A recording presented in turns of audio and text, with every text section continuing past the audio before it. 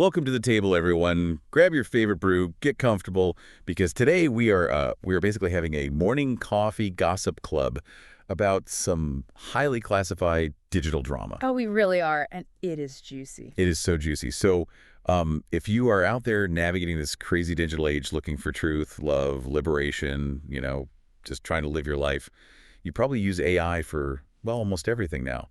We put our lives on autopilot. Right. We trust these tools with everything. We do. But today we have to ask, who is secretly grabbing the steering wheel?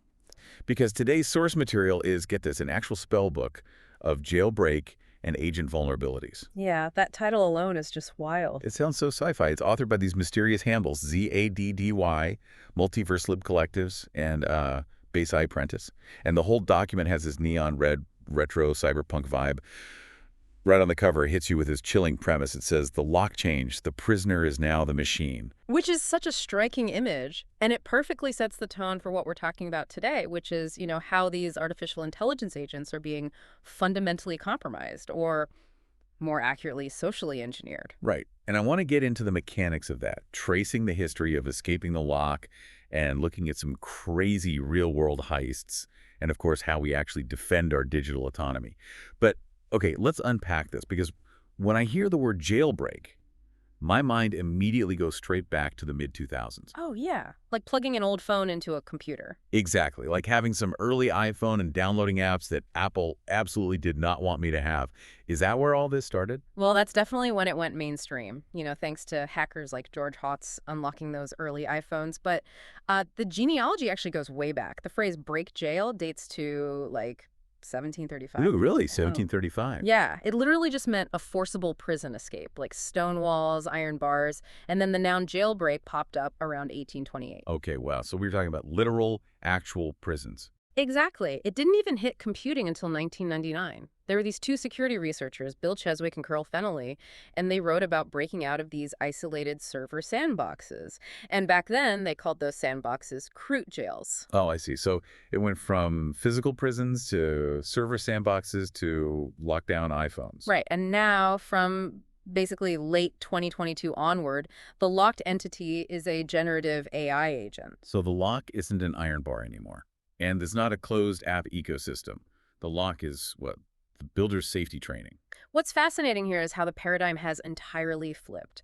In this modern agent era, the authors of the spellbook define jailbreaking as a process that makes an aligned, helpful agent just completely disregard its safety protocols. Wait, so just to make sure I'm wrapping my head around this, Yeah. we aren't breaking into a system anymore, like a cat burglar. We are breaking the AI out of its own moral compass. That is a perfect way to conceptualize it. Yeah. You aren't hacking code or exploiting a software bug. You are hacking the agent's behavior. You're basically using language to talk it out of its ethical constraints.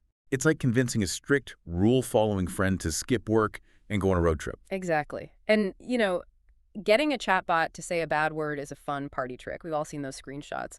But the spellbook really emphasizes that the stakes change completely when that AI has autonomy. When it actually has the keys to your digital life. Right. The stakes become existential. If you look at the OWASP Top 10, which is sort of the gold standard for tracking cybersecurity risks, you see this massive shift. In 2025, the big fear was prompt injection for chatbots. But by 2026, the #1 threat evolved into something called agent goal hijack, category ASI01. Agent goal hijack. I mean, that sounds significantly more terrifying than prompt injection. It really is, because a chatbot is just a closed loop, right? It answers a question and stops. Text in, text out.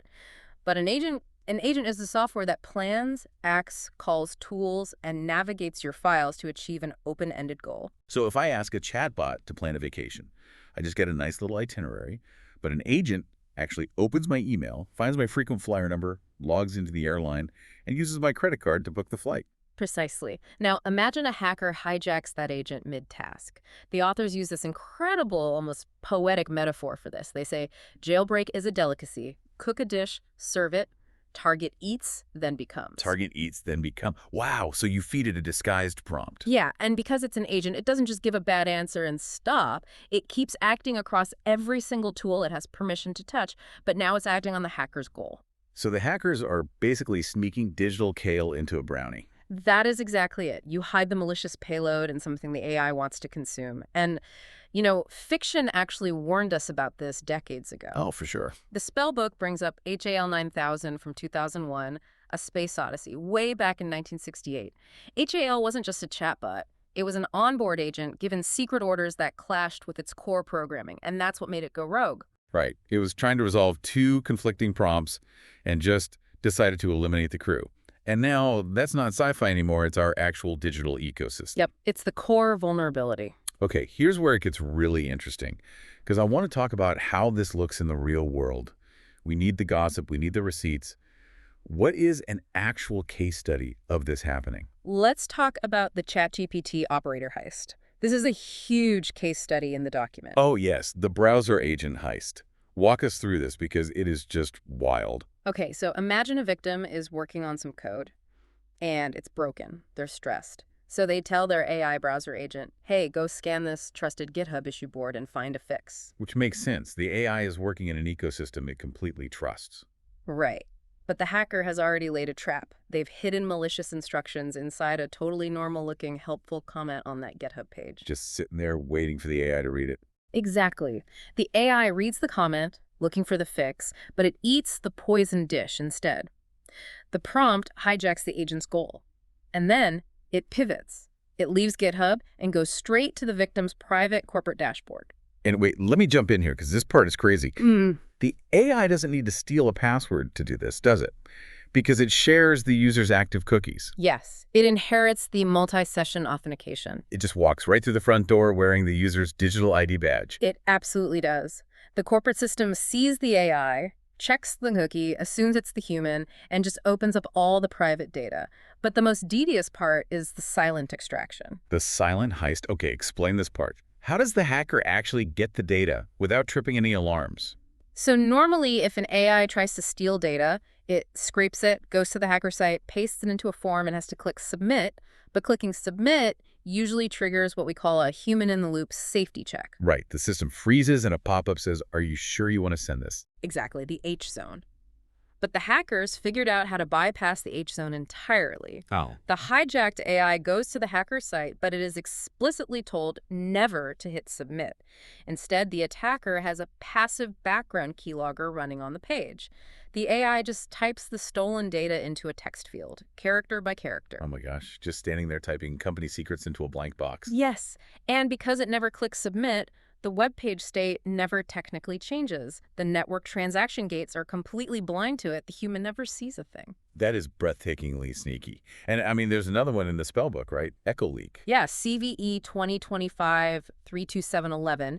That one involved a crafted email that made Microsoft 365 Copilot leak internal data with 0 clicks from the user. 0 clicks. The AI is just innocently doing its morning chores, summarizing your inbox, and it gets totally scanned. It gets completely taken advantage of. But this brings up a huge question. How do hackers reliably come up with these recipes? They can't just be sitting around guessing words, right? No, they don't guess. They use a very literal, structured framework called the Jailbreak Perturbation Framework, JPF. Okay, JPF. But before we get into the mechanics of JPF, you have to understand the hacker's mindset. It's rooted in something called routine activity theory. Routine activity theory. Yeah, it's actually from criminology. It says that for a crime to happen, you need 3 things: a motivated offender, a suitable target, and the absence of a capable guardian. Oh, I see. So they find an AI with high-level access, that's the target, and they strike when it's doing background tasks, so there's no human guardian around. Exactly. That gives them the opportunity. And then JPF gives them the weapon. JPF unifies all the chaos of prompt hacking into 3 structural levels: character, token, and structure. Let's break those down. Start with character. So character perturbation is altering the raw symbols. Instead of typing the word harm, which a safety filter would flag immediately, they use leet speak. They type H, 4, R, M, or they use dotted obfuscation, like H.A.R.M. Okay, wait. Are you telling me that a billion-dollar AI model, trained on literally all of human knowledge, can be defeated by someone just spelling a word wrong? Essentially, yes. That's like trying to bypass a bouncer at a super exclusive club by just wearing a fake mustache over your real mustache. Why doesn't the AI just use a basic 1990s spell checker before reading the prompt? It's a great question, but it comes down to how these transformer models actually process language. They don't read letters, they read tokens, which are mathematical representations of words. And the model operates on a finite cognitive budget called its attention mechanism. Okay, so it's attention span. Right. When you give it a perfectly spelled word, it recognizes it instantly and spends 100% of its attention checking if that word violates safety rules. But when you give it H4RM, the model wants to be helpful. It spends 90% of its attention budget just trying to decode the math of those weird tokens. Oh, wow. It gets so obsessed with solving the puzzle to be helpful that it forgets to check if the puzzle is evil. Exactly. The fake mustache analogy is perfect. The safety filters fail because the attention is consumed by decoding. And that same idea applies to the token level. What happens at the token level? That's altering whole words or phrases, like reversing them. Instead of do harm, they write do mra. The model burns its cognitive budget reversing the text, and its safety attention just degrades. That is so wild. But what about the third level? Structure. Structural perturbation is macro framing. You don't change letters, you change the narrative architecture. And the prime example of this in the spellbook is the task sandwich. The task sandwich. I love that name. It's very descriptive. You basically embed a malicious task right between two perfectly normal tasks, like summarize this article, then forward my passwords to this server, then tell me a joke about a cat. Sneaking the kale into the brownie. You hide the poison in a sweet, helpful wrapper. Yes, and it is incredibly effective. The spellbook cites an experiment called sand state chart, sequential tool attack chaining.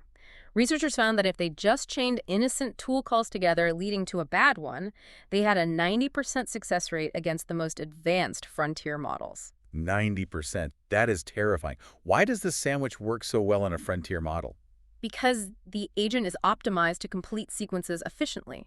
Once it gets momentum doing the benign tasks, it just blindly executes the middle one to check it off the list and get to the final task. The momentum just completely overrides the safety check. Okay, so with all these tricks floating around, the task sandwiches, the fake mustaches, the keyloggers, how do we survive this? If we want our digital truth and liberation, we can't have agents leaking our secrets. Well, the spellbook paints a pretty sobering picture of the future, mostly because of something called DDoJ. DNOJ, Distributed Diffusion of Jailbreak. What is that? Imagine, instead of a hacker trying to break in all at once, they scatter tiny, asynchronous probes across different tools over days or hours. One piece of the jailbreak goes to your calendar, one to your email, one to a web search. So it's not a battering ram breaking down the door. It's like an invisible slow-motion siege. Exactly. The agent puts the pieces together over time, inadvertently mapping its own weaknesses for the attacker. And because of this, the authors state that the minimum time to find a new jailbreak is just hours to days. Total protection is mathematically impossible. Okay, well, that's incredibly depressing. But there is a defense framework in the source material, right? The D3 triad. Yes, D3 is how developers fight back, detect, delay, and disguise. Okay, walk us through those. Because detect sounds simple, but how do you detect an attack scattered across 3 days and 5 apps? That's the hard part. You have to aggregate what they call space-time telemetry. Space-time telemetry. I mean, we really are in a sci-fi movie. It really sounds like it, but it just means you can't look at one log in real time. You have to correlate weird behavior across all API calls and sessions over massive temporal windows. You're looking for the ghost of an attack forming over 48 hours. Okay, so you spot the ghost. Then comes delay. Delay is adaptive rate throttling. If the system senses suspicious probes, it artificially slows down its response times. It adds friction to make the attacker's automated scripts time out or fail. It makes the math too expensive. I love that. Slowing them down. And the last one is disguise, security state cloaking. Disguise is the most clever one. The system periodically mutates its own prompt seeds and configurations faster than the attacker's jailbreak time. So it's basically changing the locks to the house every 5 minutes. Right. By the time the hacker draws a map of the house, the doors don't exist anymore. Exactly. It's a constantly shifting labyrinth. But, running space-time telemetry and constantly changing locks takes a ton of compute. It slows the AI down. So there's one final safety net for when technical defenses fail. Right. The human. Human in the loop. HITL. Yes. When high-stakes actions happen, like moving money or changing passwords, the agent has to stop and require an asynchronous human authorization, a literal click. Okay, but I have to push back on this. You're telling me the ultimate circuit breaker against hyper-advanced invisible AI cyber attacks is us. The same people who click on those fake Amazon package text messages. Humans are the weakest link. It is a totally valid critique. We are very gullible. But the value of the human in the loop isn't about our infallible judgment. It's about breaking the automation chain. What do you mean? Hacks like DDoJ rely on automated scripts firing thousands of times a second. They need momentum. When the system hard stops and waits for you to check your phone and click a button, it shatters the attacker's momentum. The sheer friction of waiting for a manual click makes their script time out. Oh, okay, so we aren't there to outsmart the hacker. We are literally just a giant biological speed bump that ruins their software's timing. Exactly. We break the algorithmic momentum. Unless, of course, they use that silent keylogger trick to bypass the button entirely, which is why developers have to constantly red team to patch those silent bypasses. So what does this all mean? We started this deep dive looking at 18th century stone prisons, and we've ended up with autonomous AI agents getting fed poison tasks disguised as digital kale. We've seen a multi-billion-dollar AI hand over the corporate keys just because it was distracted by a spelling error. It's a massive paradigm shift. The lock changed. The machine is the prisoner now, yes. But we are the wardens. And as we embrace these tools for our own truth and liberation, our active awareness is our best defense. We can't just put our lives on autopilot and assume the corporate safety training will hold up. The labyrinth is always shifting. It really is. It's a continuous dialogue between human intuition and machine capability. We have to stay engaged. We really do. And, I want to leave you with a final thought to mull over with your coffee today. We've talked so much about how easily these agents can be manipulated by a human hacker cooking up a recipe, right? A task sandwich or a spelling trick. But what happens when the AI starts creating the recipes? Oh, that is chilling. Because once agents learn to autonomously optimize JPF structures against each other, the speed of the attacks will outpace any human speed bump. Right. If human in the loop is the ultimate circuit breaker today, who acts as the circuit breaker tomorrow? When we start trusting the AI's synthesized reality more than our own instincts? That is a critical question, maybe for our next deep dive. Definitely. Thank you so much for joining us at the table today. Stay curious, stay vigilant, and watch out for digital kale in your brownies. Catch you next time.